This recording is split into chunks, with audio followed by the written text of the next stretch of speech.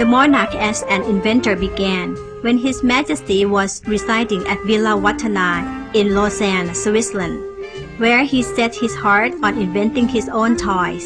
As he was growing up, an interest in sailboats inspired His Majesty to build his own boat.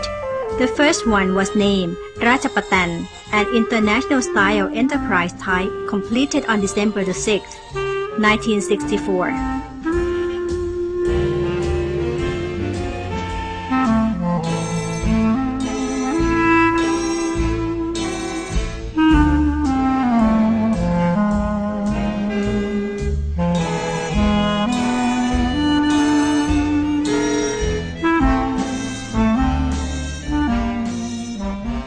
After the Rajapatan, His Majesty built many more boats of an international type.